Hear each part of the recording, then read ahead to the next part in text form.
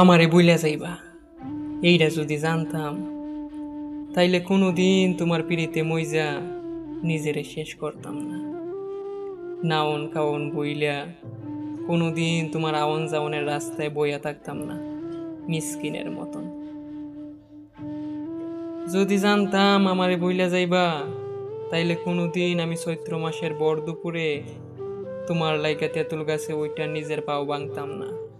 তুমি নানার বাড়ি গেছো হইনা পাগলের মতন 4 মাইল হাইটিয়া তোমারে একটা নজর দেখবার যাইতাম না। তোমার জ্বর আইছে হইনা বর দুপুরে রোদের তাপে নিজেরে পুইরা সারকার করতাম না। পীড়িতের লাইগা আমি বেবাক করবার পারি, তাই তো তোমার লাইগা আমার এই শক্তপোক্ত দেহটা আঘাতে আঘাতে ক্ষত বিক্ষত করছি। যদি জানতাম, যদি জানতাম আমারে বইলা যাইবা, তাইলে আমি কোনোদিন ভদ্র ভাষা শিখতাম না। ভার্সিটি পড়ুয়া বন্ধুর হাত ধইরা কইতাম না, বন্ধু আমার স্মার্ট বানাইয়া দে। তোমার পীড়িতের মূল্য দিতে গিয়া মানুষের কাছে আমি পাগল বইল্যা গণ্য হইতাম না। যদি জানতাম আমারে বইলা যাইবা, যদি জানতাম তুমি অন্য কাউকে নিয়ে সুখী হইবা, খোদার কসম আমি আমার সুখগুলা তোমারে দিতাম না।